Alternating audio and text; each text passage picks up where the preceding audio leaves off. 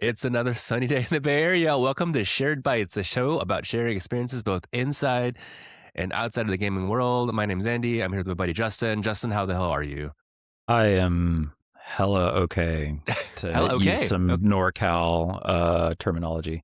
Just got back from Yes. playing some cool video games, man. We played some cool games last night. We're going to talk about it today, aren't we? Yeah, we did. We played all the games, many of the games last night. So we will get into that later. We went to the mix showcase here in GDC. But yeah, but before that, do you want to share what you've been up to recently? I've been up to all kinds of stuff, man. Yeah, you have. Mostly dad stuff. We got the Pinewood Derby coming up, and I've been dragging my feet a little bit on that. So that is What the is that? priority. Pinewood Derby is the big race that the Cub Scouts do Oh. every year. So I've got a 5-year-old. He's in Cub Scouts, and it's been pretty fun. We're coming up.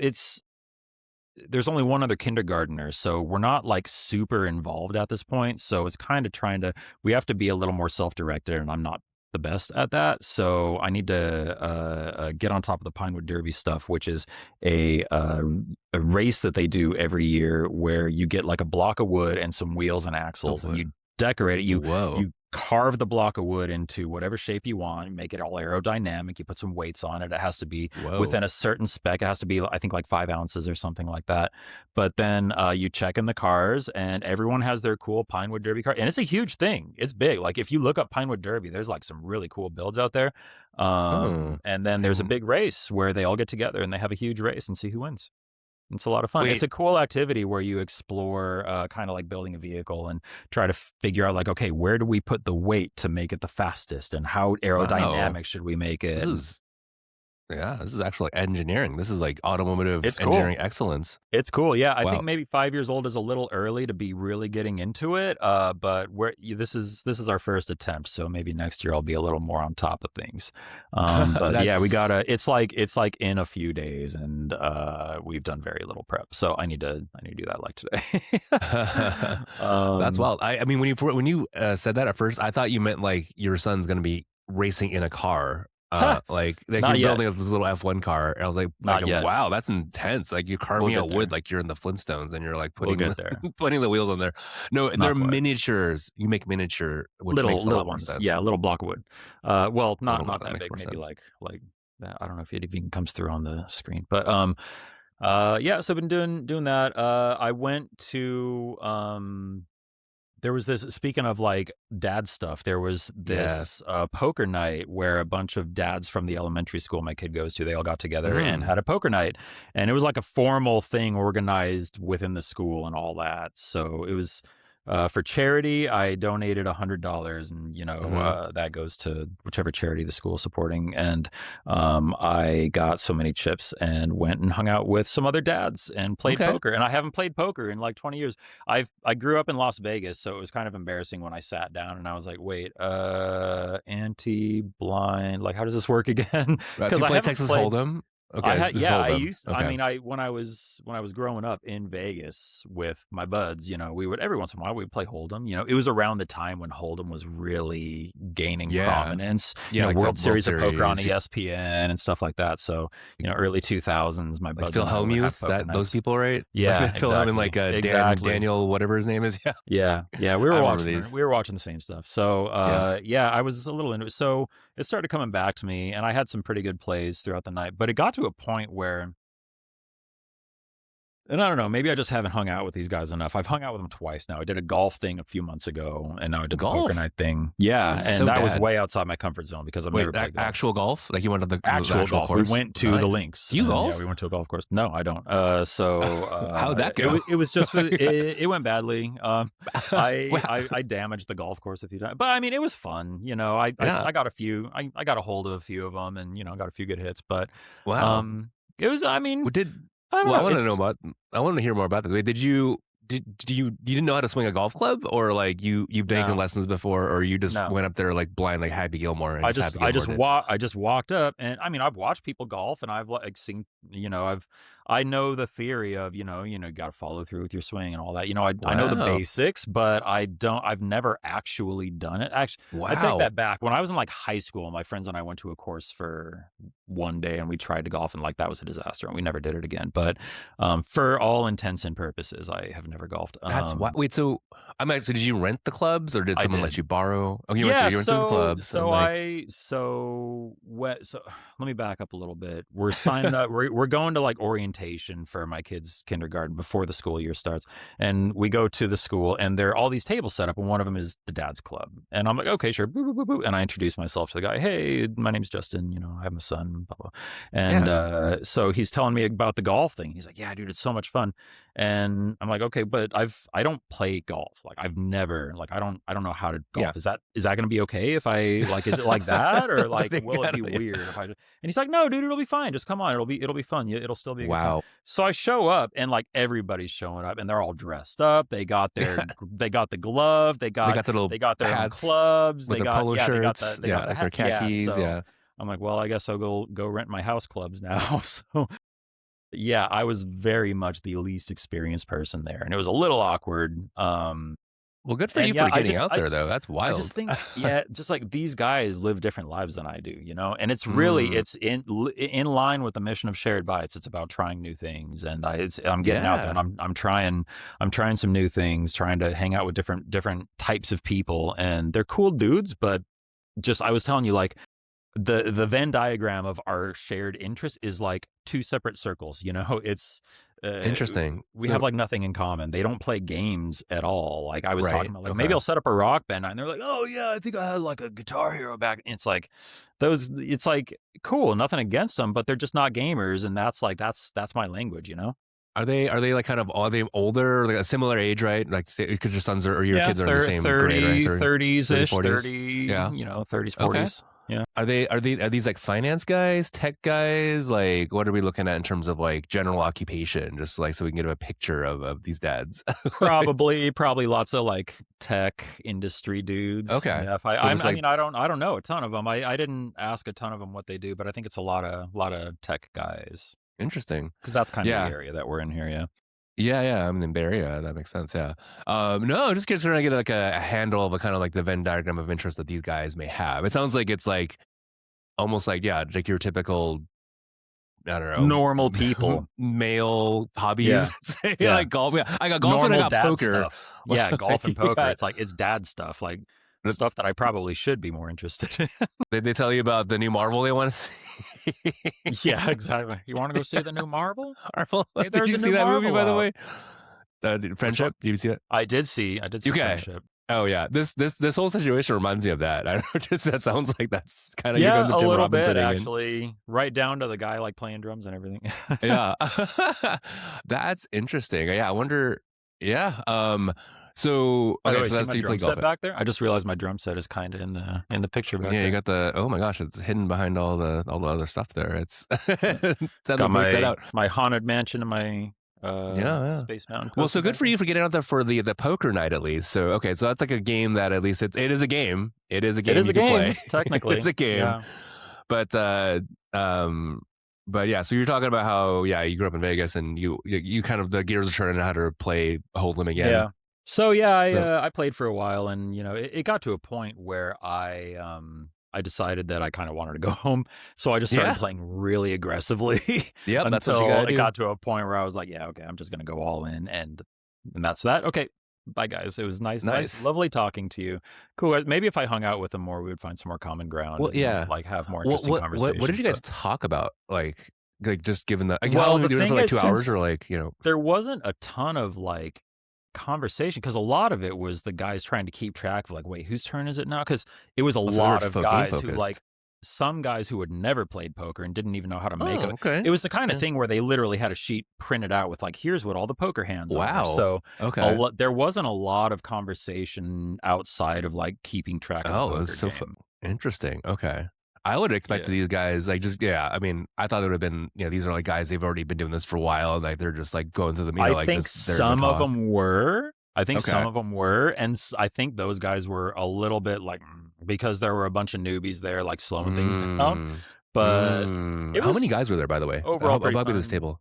Probably it was multiple tables. Multiple tables. Okay. Yeah, it was probably like 30 people. 30 people. Okay, in my head, I'm thinking of like 4 or 5 people or 6 people. No. It was a big group, and I just like picked a random table and sat down. I was like, "You look friendly. I'm gonna sit down here." You know. Okay. So, yeah, and then everybody just kind of sat with their table for the night, and and that was interesting. That. So maybe I just picked the wrong table. Sorry, guys. You I mean, cool, well, good for you for getting out there to like at least like just try. It doesn't sound like. I thought it would have been more like kind of like just hanging with like a small group of people and kind of getting to know them better. Like, it's cool, I think just for visibility. I think like in retrospect, the poker thing, like if it's the golf thing was not bad because there's a lot of downtime in golf. So there's a lot of time to talk and converse.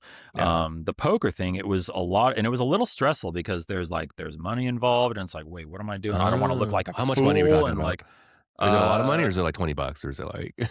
Well, it's kind of fuzzy because it was a charity donation, and then like a part of that got you some chips that account for a certain amount of money, and I ended up just going all in and like I just wrote it all off as a charity donation. I wasn't planning on leaving with any money, so I'm not sure how much was actually on the line, but there was some amount of money on the line. So it's just a different vibe than just chilling on the links with some dudes with golf clubs, you know, drinking a beer and hitting golf clubs. Trying to keep track of like whose turn is it, and like, wait, no, that hand isn't better than. There was one guy who he didn't know how to play, so he was asking like, wait, so does this hand beat this hand? What is this? What happens if I do this? So if I have this and that has this, what happens if I do? And there was one time where he thought he was hot shit, and he came in and he was like, it came down to the last card, and he was like, oh, and he had like 2 queens, and the other guy had 3 5s, and he was like, wait, but, and he went into like take all the chips, and we were like, no. The guy has the 3 of a kind. He was like, no, but I have queens. They're bigger than 5s. And we were like, dude, no. Wow, this is mind blowing. Like, I mean, even if I feel like general poker hand knowledge should be like commonplace with a generation, so but too, maybe not. Maybe just since we're really in tune with games, and I grew up in Vegas, like that's just more. But yeah, there were some people who like didn't even know what a flush was, which. No shade to them. Like that's just something that never came their way in life. But I guess not. It's crazy that it just seems so crazy to me that there are people who don't know what the basic poker hands are.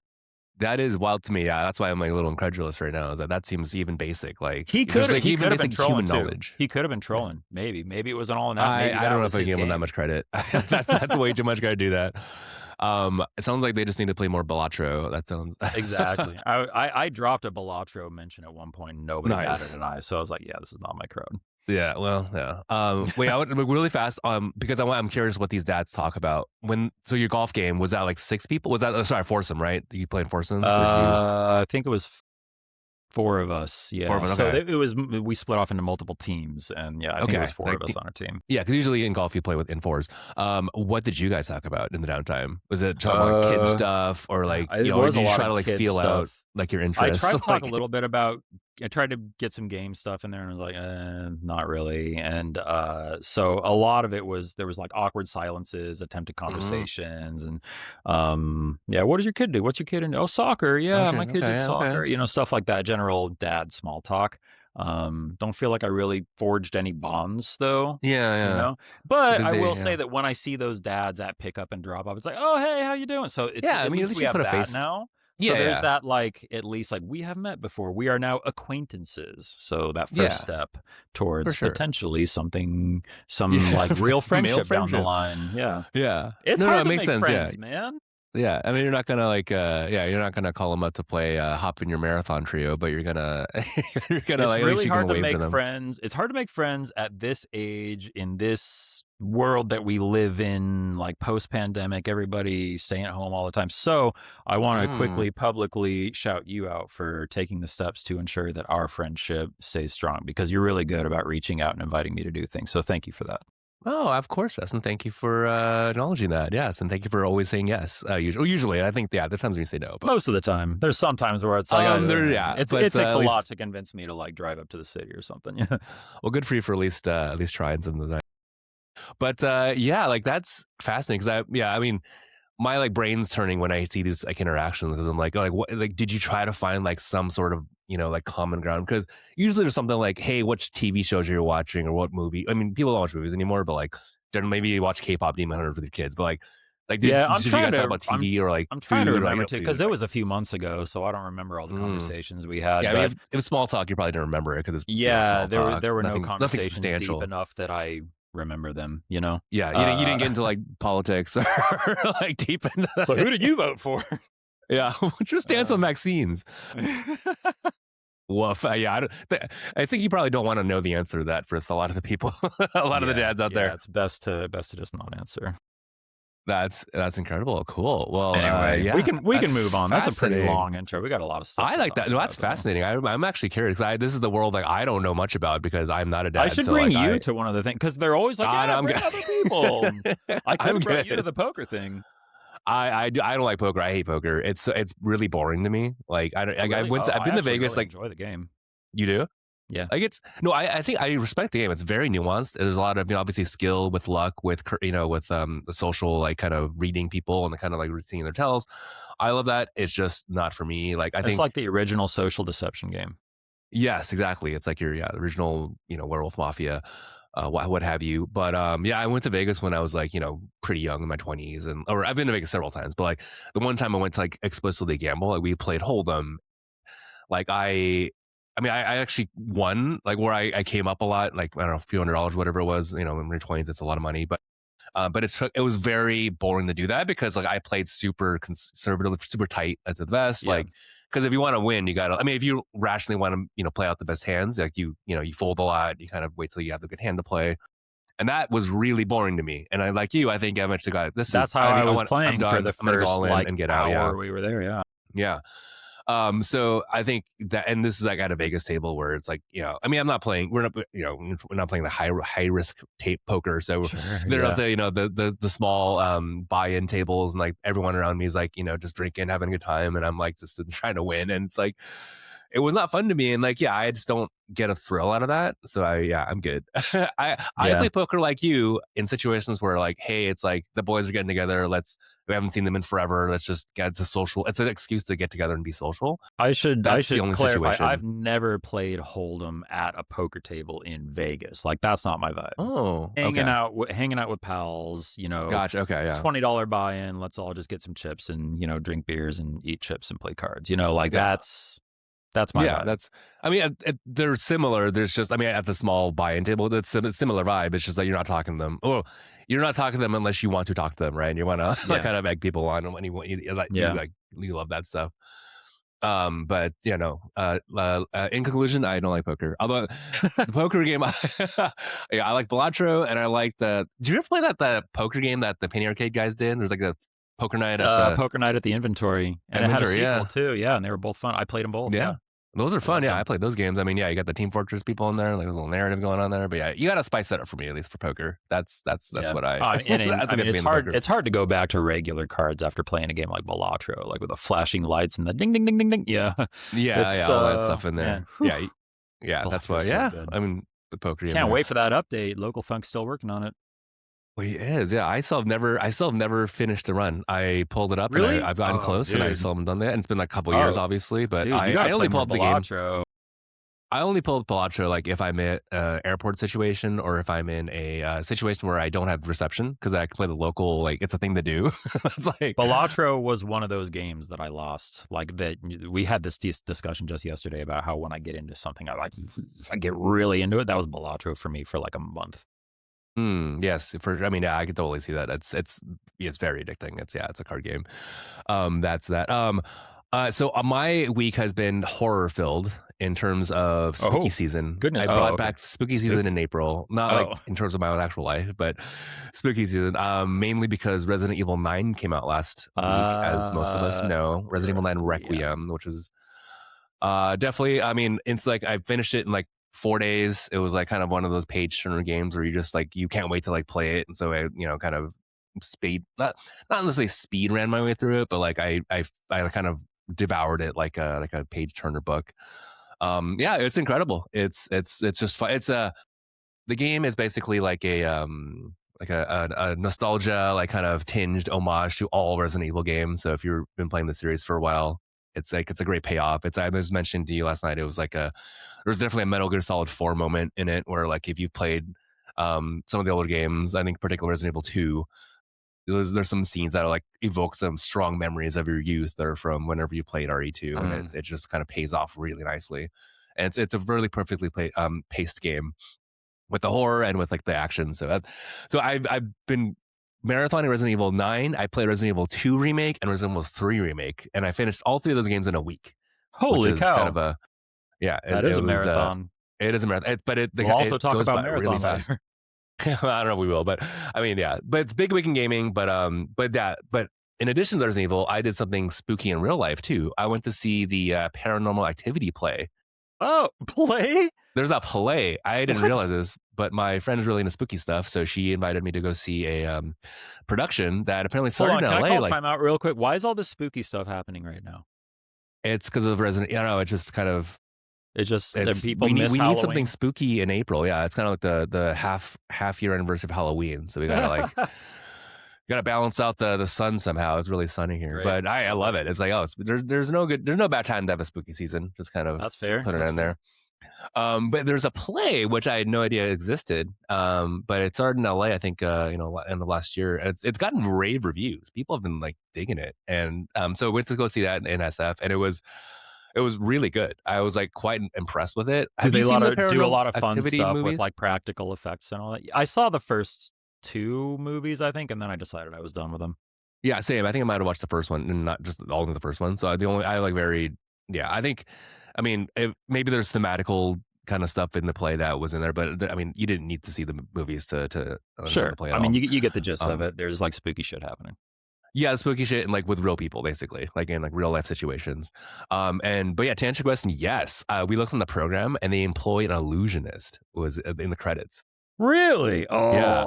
And we looked at the guy's like his name is Chris, I think, and he has like his resume. He's a magician. He's like all this like practical effects kind of guy, and I was like, oh, this is gonna be fun.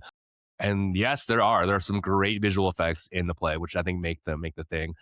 Lots of holy shit moments where I think that end. So there's like different like situations or different scenes that end kind of the different acts, or like kind of there's also intermission, and like kind of there's like it's almost like a little cliffhanger, and watch an episode of TV, and like almost all of them had this like really cool like effect that like is there like gasping. Is there one effect that you can think of that you would there is, okay? But I don't want to spoil it because you don't want to spoil it. Okay, I don't want because you should see the thing, but it I'll say that the show is basically 2 people. It tells the story about this couple who moved to England for the husband's job, and then the woman is she's haunted by her past somehow. I think early on you figure out that it's just some trauma like in her past that haunted by her past. Also literally haunted. Also literally haunted. Yes. Well, the house is literally haunted. I mean, it's not. Yeah, the house is haunted in some way, in shape. And so yeah, it's a lot of the play kind of explores like this. The notion of like a relationship and like with both like with each other, your partner, and like with your family and in the past. Interesting. Yeah. So there's haunting in it, I'll say. But yeah, the stage is really cool because it's basically a house, their house. So they have a 2-story house in England, and the stage is built such that it's like kind of the one wall is not there and you can see through it. So it's like a dollhouse where it's like one of the walls is taken out, sure. And as the audience, you're looking into the house, so you can see them. You can see the couple, like if one's in the bathroom, you can see them brushing their teeth, and then the other one's downstairs, like on the TV, watching TV. I see. So you can see you as the audience see where they both are, so that when something starts moving over here, you're like, what the hell? Yeah, exactly. Yeah, so it's a very cool kind of perspective where like you as the audience are omniscient, in your perspective, and they're not. So you can go look behind you, So that was very cool. I think it was real well done. I mean, was there like audience interaction? Was there a lot of screaming, or was everybody well behaved? Oh yeah. So the other part of that made it awesome was the audience. The audience was definitely reacting. There was, I think, people gasping, people laughing a lot, which is funny too. Like there's a laughing, there's like screaming, there's just like. There's all these moments where like, everything's silent and like some bro screams out something that's funny. It's like, no, and like it makes everyone else laugh too. That was awesome because that's kind of like, gives you that sense of like everyone's in this together. Like everyone's like, oh my God, like it's got that feeling of Like, yeah, when you see a good movie with everyone, in the audience reacting, that makes horror movies, I think, even better because Yeah. That's how I saw it's the first Paranormal Activity. It was like a mm, premiere screening at midnight with a yeah, that's the best theater way to full see of people horror. screaming and everything. And Yeah, yeah, that was pretty fun. yeah. Man, I didn't sleep well for a few days after that, but that's why I don't like scary movies. Like, I don't know how I got conned into going to see that, man, but That's a good movie, though. Oh, that's a good it experience. was a good movie and it was a good It made you experience. feel But yeah, something. man, it I was stressed out for a few days after that. Like, I know Oh, logically that it's all made up, but like, yeah. I was not feeling great about turning the lights off the night after I saw that movie. You know? Yeah, it's funny. My friend that I went to see with, she also like could not sleep that night too. She's like, "Oh my god, it's like like I think it's I was probably like maybe prepped properly because I've been playing Resident Evil all week, so like I was like already like psychologically kind of like hardened from from the horrors Was the of the mansion and play stuff. really scary? I didn't think so, but I think there's portions that are like kind of freaky and like, or in terms of freaky meaning like there's really good atmosphere because like they made the lighting like it was like they turned up the lights and there's scenes where like it's lit only by the character's flashlight, which is Oh, very cool. cool. And so they had a lot of good play with shadows and like sound. It really they did a really good job with like kind of the fog machine, the sound, and like the effects. So I think that in a sense it became very moody at times, and like there was parts where I think would be pretty like scary. The scary meaning like just like I don't know, just noticeably like interesting. Like I don't know, I maybe I'm not the wrong person to ask because I was like, I didn't think anything was actually scary, but I think there's stuff that's that's they do a good job of making it feel creepy or disturbing. And I think the point I was gonna make is that the best horror is a genre that's known for kind of explaining kind of life phenomena or like kind of psychological stuff like trauma or like a relationship stuff with the kind of the narrative device of something supernatural. So if you want to break it down, like Mm. it's a lot of the horror genre is just like something really simple that's like kind of blown up by a supernatural thing. So it's like being haunted is basically like kind of you have some childhood trauma that you haven't like kind of addressed or confronted full on. Therefore, it's like haunting you because it's like it's something in the back of your mind. So something when you like kind of delve down in like the nitty gritty like mechanics of horror, it's like pretty fascinating stuff. It's all like rooted in psychology.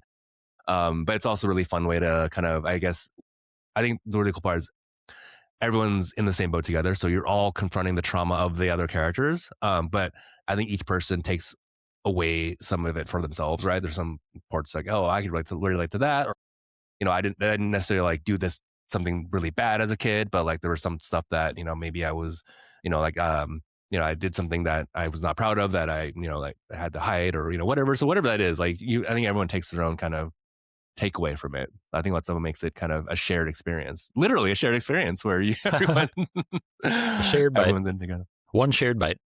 Yes, one shared bite or many bites, zombie bites, as the case may be. Um, but yeah, highly recommend if you're in the Bay Area, definitely go see this before it ends. It's very cool. It's very well produced. It could have been super cheesy and super lame, but like they did it in a way they addressed the humor up front because there are a lot of jokes, a lot of kind of like fun interactions that kind of break the ice. So it's like it's not like pure seriousness. There's a lot of like funny parts in it too. So that when you get to like the spooky stuff, it actually lands harder. So yeah, highly recommend. That's a fun thing to do. I know you're not into scary things, but that's something that maybe if it's in person, you're with a lot of people, it can It help seems like a fun help experience, out. and Illusions. I imagine there's only so scary a stage play could be Yeah, compared exactly. Yeah, to a movie, you know? Like, I feel like I would be okay going to something like that. yeah, for sure. Yeah, I mean, I think it's harder to like psych yourself out because you're not alone. You're not alone in a room. I mean, movies you may not be, but like And there's a I lot think of with people something there with like that, you. I would be more interested than scared. I would be like, "Well, how did they do that?" You know, I would be trying to Right. figure out Yeah. the logistics of it. Yeah, definitely was a lot of topic in the during intermission was like, oh, how did they make this illusion happen, or how did this thing come down the stairs or whatever. Like, Yeah, it's because it's like half horror thing, half magic show at that point. exactly, yeah. So it's all about perspective. It's all perspective. So Have you ever anyway, gone highly to a recommend. magic show in the Mhm. city? Have you ever gone to like a Uh, magic show? I don't think I've been to an actual magic show. No, Yeah. I mean maybe I've seen I get something ads, in I get Vegas. I served want to ads say, for but them once in a while, and I want to go to one sometime. Seems like fun. yeah, let me know if there's one you want to go to. I would be down to check that out. Sounds fun. I went and I saw years and years and years ago. I saw Penn and Teller because like I said, I grew up in Vegas. Yeah, Vegas. Yeah, so I saw a bunch of shows. But yeah, Penn and Teller were really good. If you're ever in Vegas, I can vouch for Penn and Teller circa 2001 or something. So I'm sure they're still there. I'm sure they're still they're great. Still there. I think my parents. Yeah. I think my parents took me to see David Copperfield when I was a kid. So that's I saw David Copperfield when I was young. I've had a Vegas experience. I've had a mention. Yeah, it's fun. I've also seen Joe Bluth. I don't know if that counts, but yeah, that definitely counts. I think he's the most prestigious of them all. Yes. Goodness, he's got a great chicken dance too.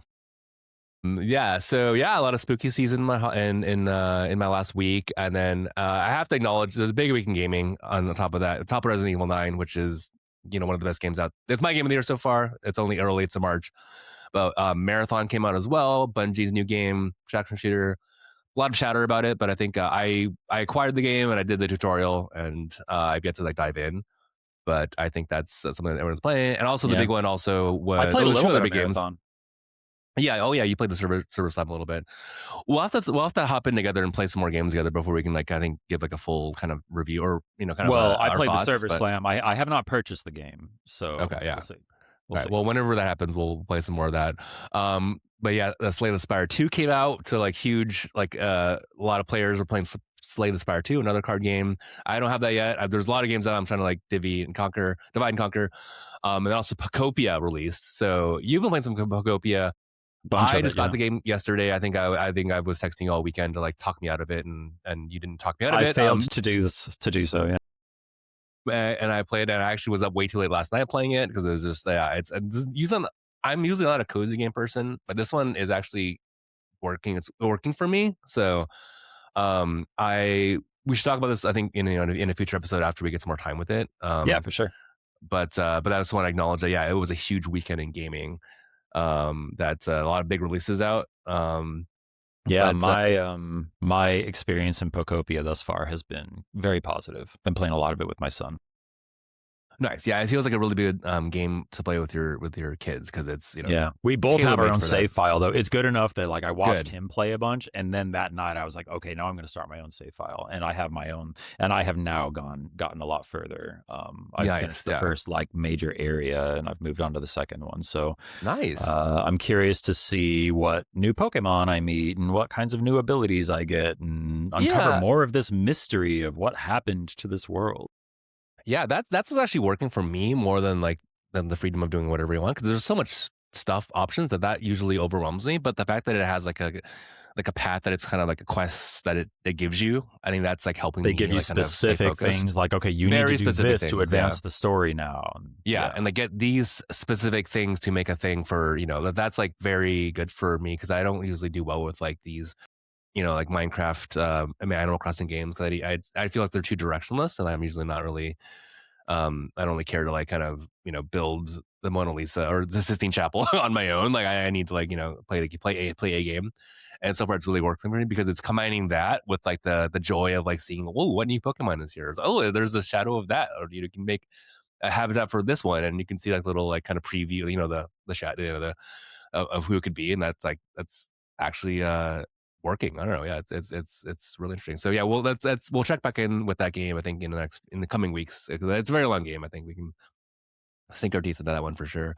Yeah. But speaking of games, I do want to talk about you and I went to a showcase last night for we sure did GDC related. Mm-hmm. We went to the Mix, which is the Media Indie Exchange. They're kind of their organization that helps put on live events, also online showcases. I think yesterday they also had a morning online kind of sizzle showcase where they showed 60, 70, whatever, a lot of indie games that are coming out soon. But we went to an event, a live in person, out in San Francisco. Was hosted by Kind of Funny, the Kind of Funny Games guys, and also with the Mix. Yeah, we played some games. We sure did. Do you want to talk about a couple of your favorite ones up front? So we spent a couple hours kind of running around. So the setup for this thing is basically there's it's an event space. It's nice. There's food and drink if you want. And there's like a lot of like kiosks, so you can go try out different games. It's almost like if you've never been to one of these, it's kind of like, to get to the sample a little bit of every game, and there's like rows. It's kind of like going to like a craft fair or the Costco sample line where you can sample games. And yeah, I mean, and obviously they got pretty crowded throughout the night. So if there's if there's a line to play a game, you can always like watch, and it's always fun to like watch people play. And My favorite part the of other these, thing that's great. Oh, go ahead. I thought you were gonna. I think I might know what you're about to say. Well, the other thing that I love about these is not only playing the games in person, but also watching people, but also you get to talk to the devs. I think having the devs there, or at least someone who's knowledgeable about the game, is really helpful for me and for a lot of people, where they can actually ask them questions like, oh, like tell me the story behind this game. What was the inspiration? Tell me about, like kind of the mechanics, whatever. I find that really interesting, giving me context as to like why certain things are the way they are. Yeah, is that what you're gonna say, or is it something similar? That is what I was gonna say. Is like Nice. that's like the secret sauce to these events, is being able to talk to the people who make the games and get that context of why did you make this game? What do you want people to take away from it? What's your goal? Like, what are you trying to make people feel with this?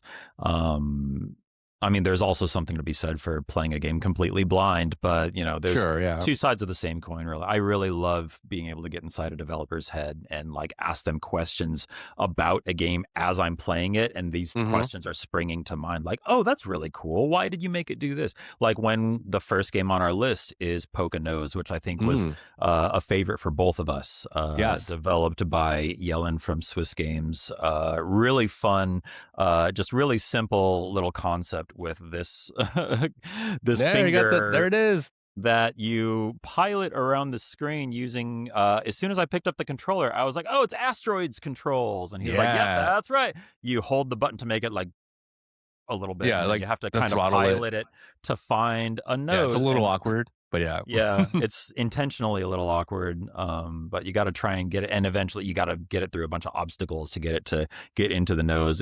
You called out there were some WarioWare vibes. I called out it looked like kururin, like the irritating stick, stuff like that. So lots of fun inspirations that come together in this really wild, dead simple but really fun little game called Poke a Nose.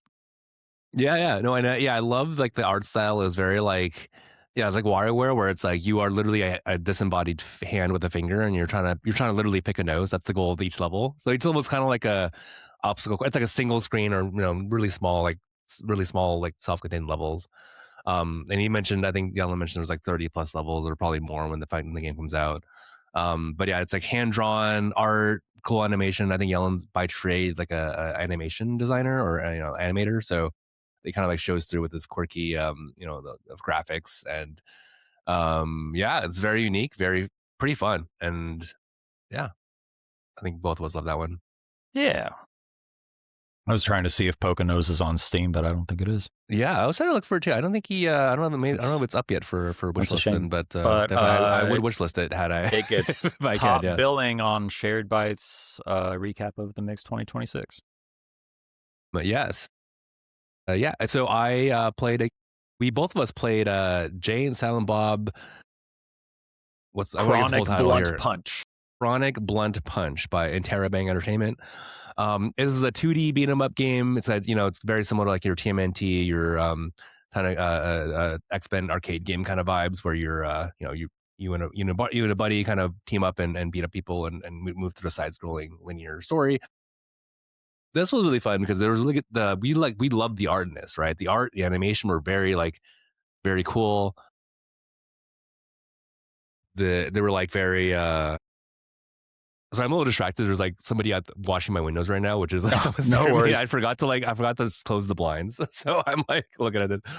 Yeah, do you want to talk about the Jay and Silent Bob a little while? Yeah, I'm actually pulling up the Steam page for it right now. I'm going to share my screen. But it was like, it's, you got Jay and Silent Bob. It's a Kevin Smith movie. I think a lot of references to USQ, like Chasing Amy, Mallrats, like kind of like the if you grew up in the 90s or the early 2000s, you're probably like aware of all this stuff. But yeah, it's a cool, like the assists in the game, like are like kind of from Clerks, like from Jay, not Jay, from Kevin Smith's movies.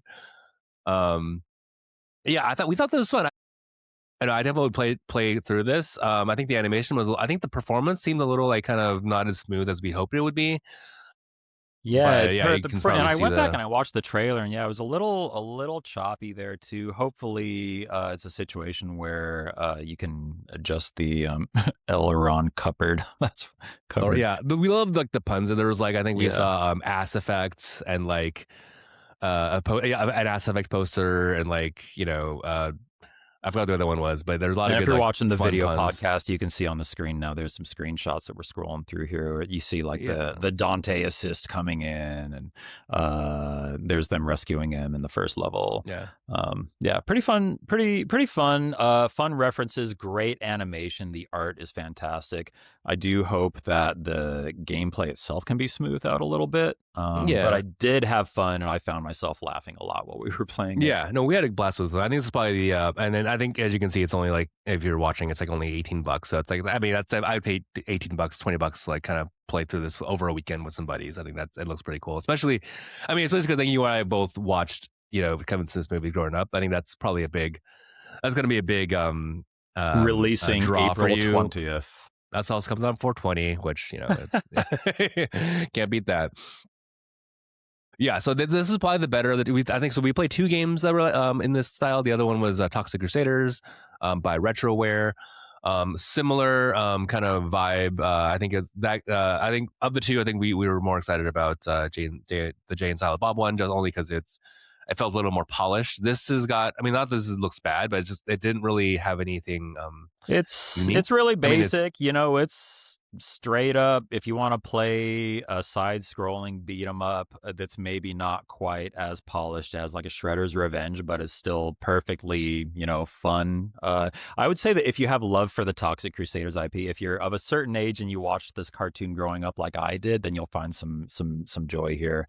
It's another one where it's hard like everybody's being held up against that Shredder's Revenge standard now. Even Tributes games now, like I was telling you, Cosmic Invasion didn't quite reach those same heights as like Shredder's Revenge did for me. So I think all these games, there's a high bar to meet now. So and I think this was fun. It didn't quite reach those heights of Shredder's Revenge though. Yeah, and like this, I think this game is actually only $10. I think $9.99. There you go. Price wise, so it's like.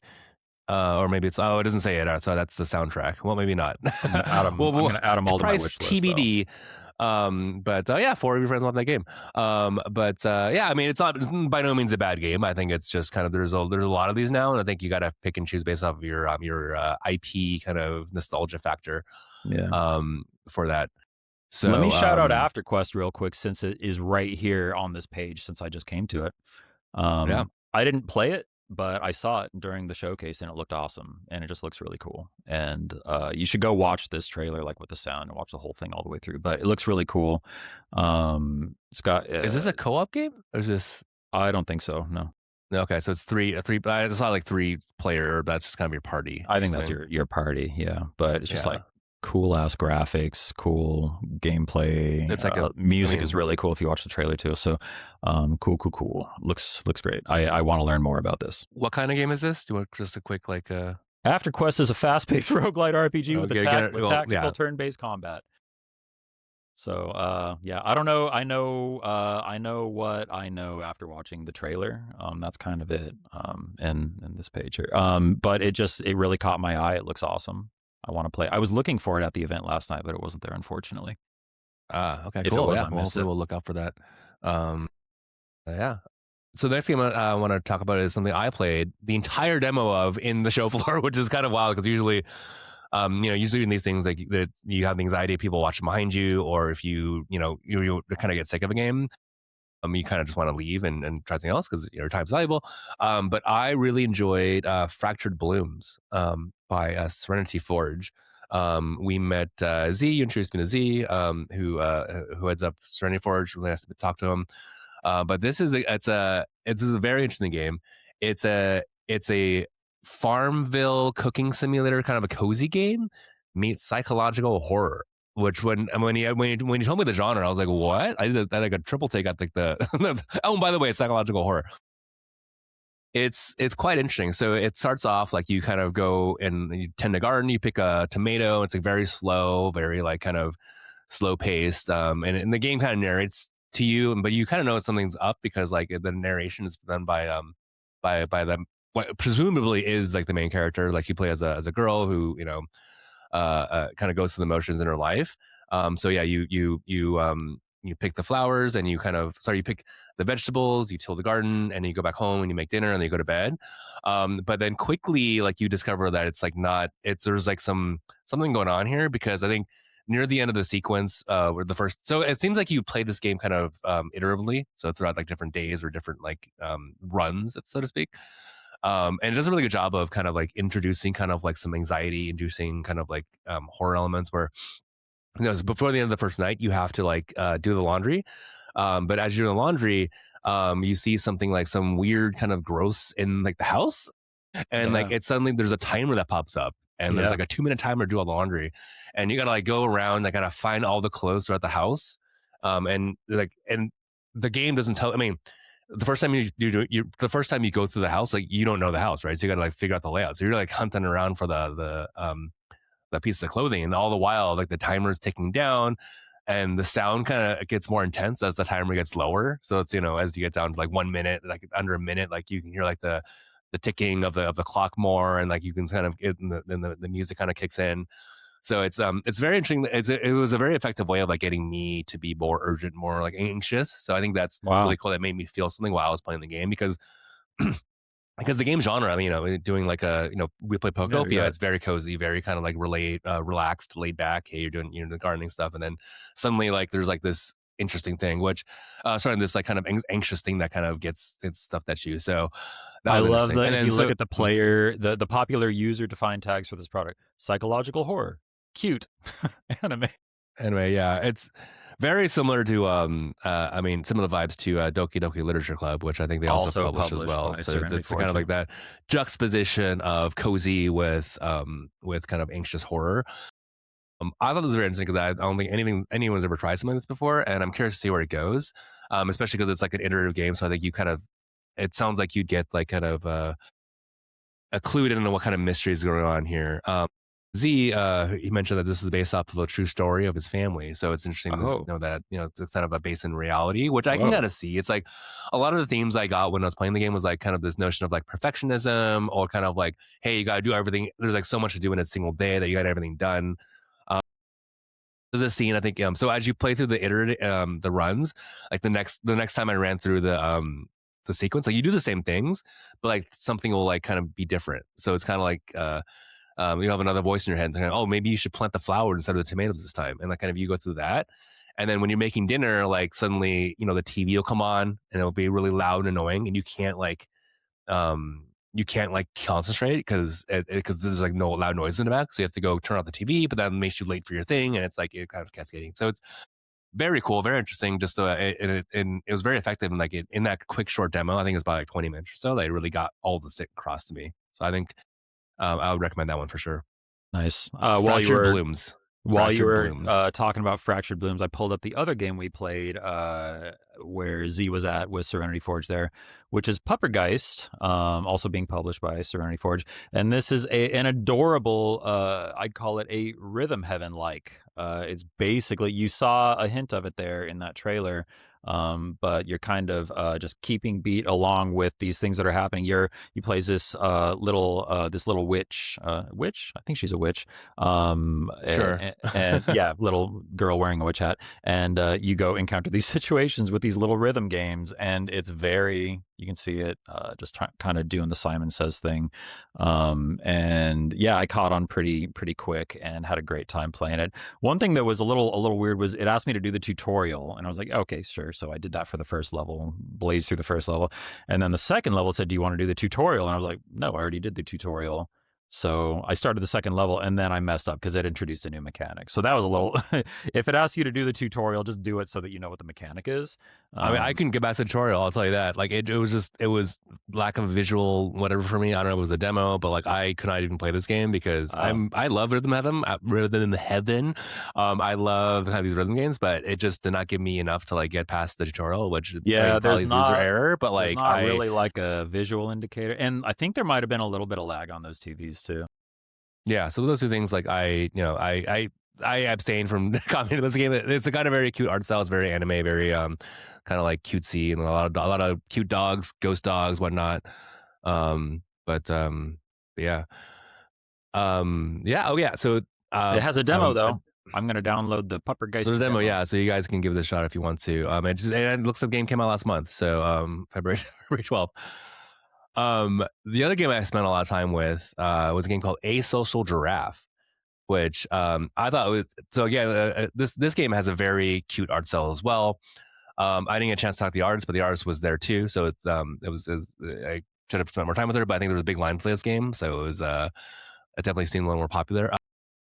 But this is like a puzzle game where you basically a point and click puzzle adventure game where you play as this giraffe, and you're put in these situations where like you have to kind of like get through like a daily life thing without interacting with people, because the giraffe is very cute. He's very antisocial. He's like very he just doesn't want to talk to people, which we've all been there. I mean, there's times where I don't really want to talk to anybody. The catch with this game is that if you actually have to interact with somebody, his head will explode.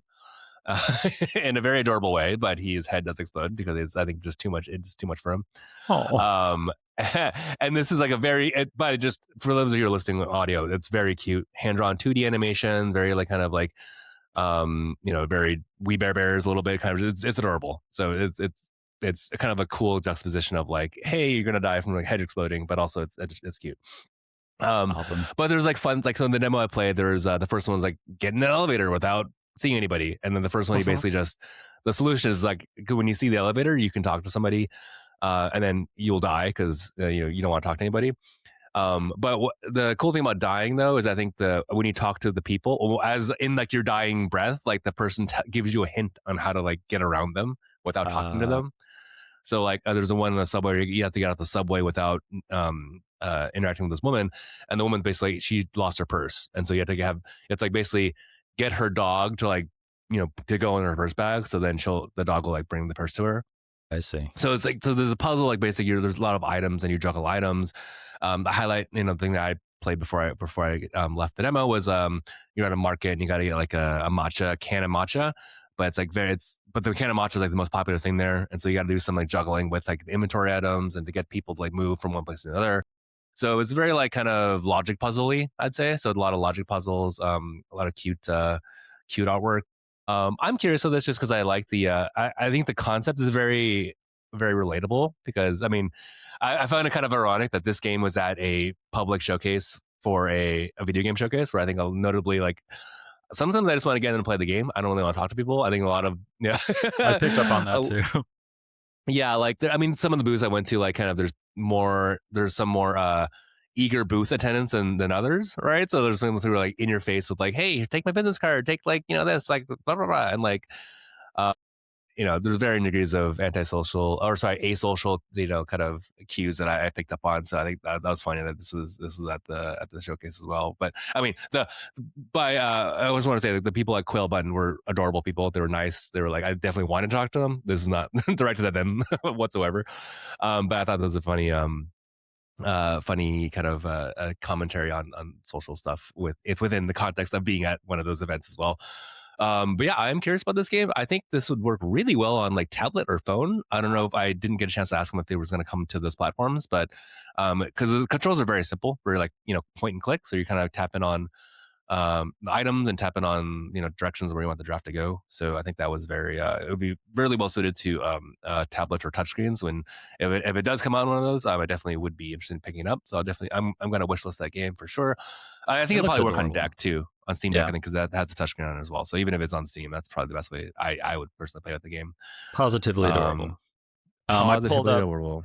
I pulled up another one here that I didn't get a chance to play myself because there was someone else playing it when I walked by, but it looked great. It's called Slot Machine Gun, and it's another one of those great, just Oh, like game title portmanteau things where it's like, here's two things that where the words kind of fit together, so let's make a yeah. whole game based on it. So it's slot machines and machine guns. So slot machine gun, and Okay. it's Love a good portmanteau. you got your little slot machine spinning down here, and that just does crazy things to the weapons that you're using while you're going through these dungeons.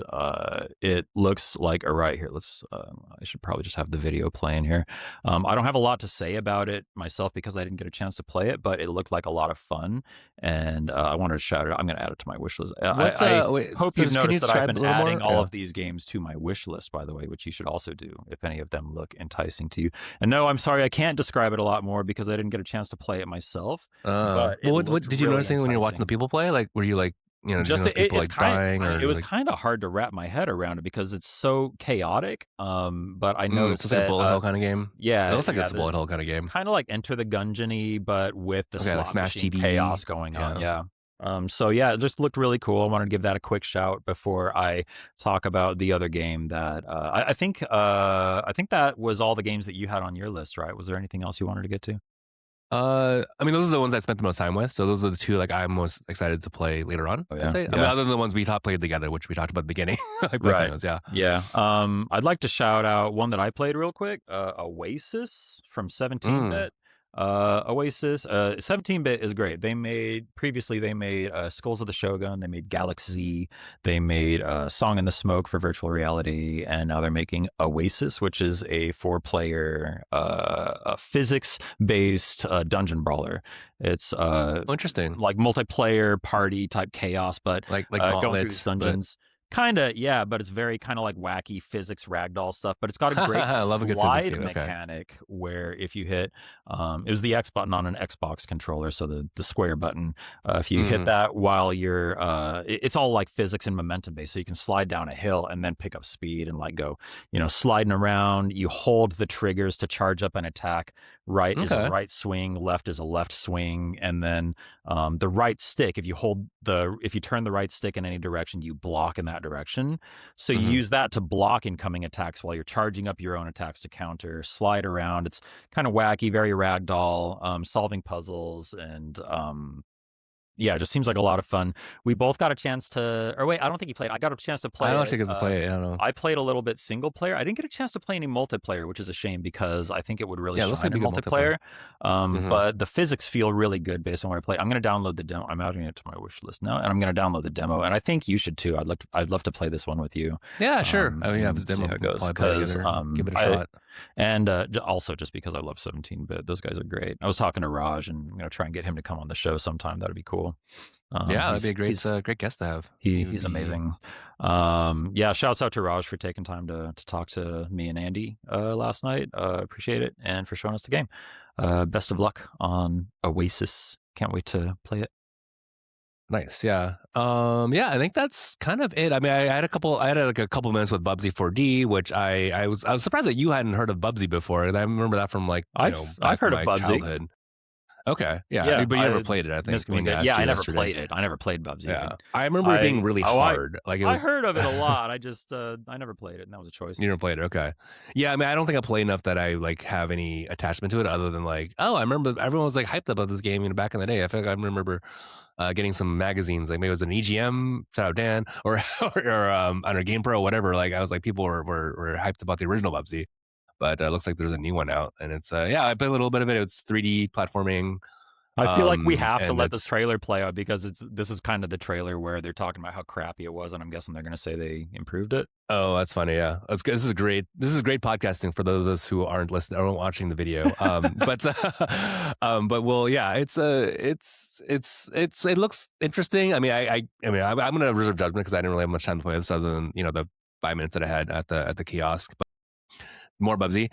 And the other game I kind of had played a little bit of was Awaken Astral Blade, which is an older game, which I didn't realize was an older game until like I, kind of was looking at my notes later. But it's a Metroidvania game from Dark Pigeon Games, published by ES Digital Games. And the big claim to fame that I was told from the publisher was that it was one of the China Hero Project selections. Shout out to Yoshida-san, Shuei Yoshida, who I think probably worked on this probably. But they select a game that they kind of PlayStation selects a game that they help fund. Different countries, different markets, and this is for China. And this is back in 2024. I think it comes out this year in Switch, so I think they were demoing the Switch game. But yeah, it was fun. I mean, cool art style. I think is your classic like anime girl aesthetic. She's got a big sword, and you can dash, you can do combos. I think I found the controls are really like pretty responsive. Being able to like, jump up and do combos, it felt really pretty satisfying. To do that, and the animation's nice too.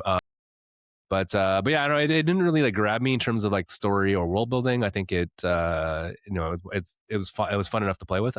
Nothing bad to say about it. But there's a lot of game Metroidvania games out there that I want to get there first, namely Hollow Knight, which I think is one of the things as well. So it's a good one. But it's there. It's been out for a couple of years. So that's that. I think that was all the time that was all the games we played. Anything else you played or saw that you wanted to? I called out most of the stuff that I wanted to call out. Let me see. Let's just scroll through the list here. If you're watching the video feed, then you can see on my screen I've got the page up with but you can go to mediaindieexchange.com and find the list of all the games. Another one that looked really cool is Artius Pure Imagination. Has a cool art style, very kind of like raw, sketchy art style. I saw people during the showcase saying like this has got to be from the Pizza Tower devs, but I never played Pizza Tower, so I'm not sure. Yeah, I'm not familiar with that. But yeah, it looks like a lot of fun, and it's all art focused. And I appreciate that they call out different types of artists, not just like a painter, but also a musician and a photographer. There are different types of art. So yeah, it's like a cool art focused platformer where they all have different skills. Looks really cool. Mm-hmm. So very cool. Wish list. Yeah. Yeah, and like you can also check out. I think yesterday, like we mentioned earlier in the episode, they did like a showcase, like a live showcase where they kind of did like an hour or an hour and a half long kind of reveal of all the games that are in the collection. So give that a whirl if you're in the kind of wanting to see what's upcoming with some indie developers, kind of what's in the pipeline. Gridbeat looked awesome. Looked like a cool rhythm game. I didn't get a chance to play it, but I wanted to. I'm gonna actually download that. And Hyper Yuki Snowboard Syndicate also looked awesome, but there was someone else playing it.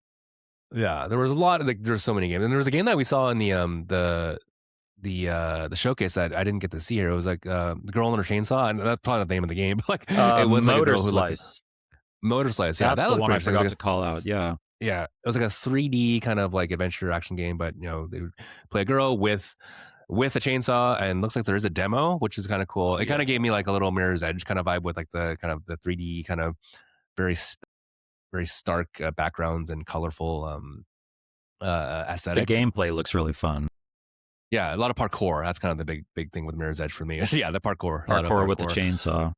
With a chainsaw, yeah. And speaking of parkour, there's another game that I wanted to play. I didn't get a chance to. Was Barkour, which is parkour with a dog. The action adventure with the dogs. It was funny that I think they showed these games back to back on the on the video.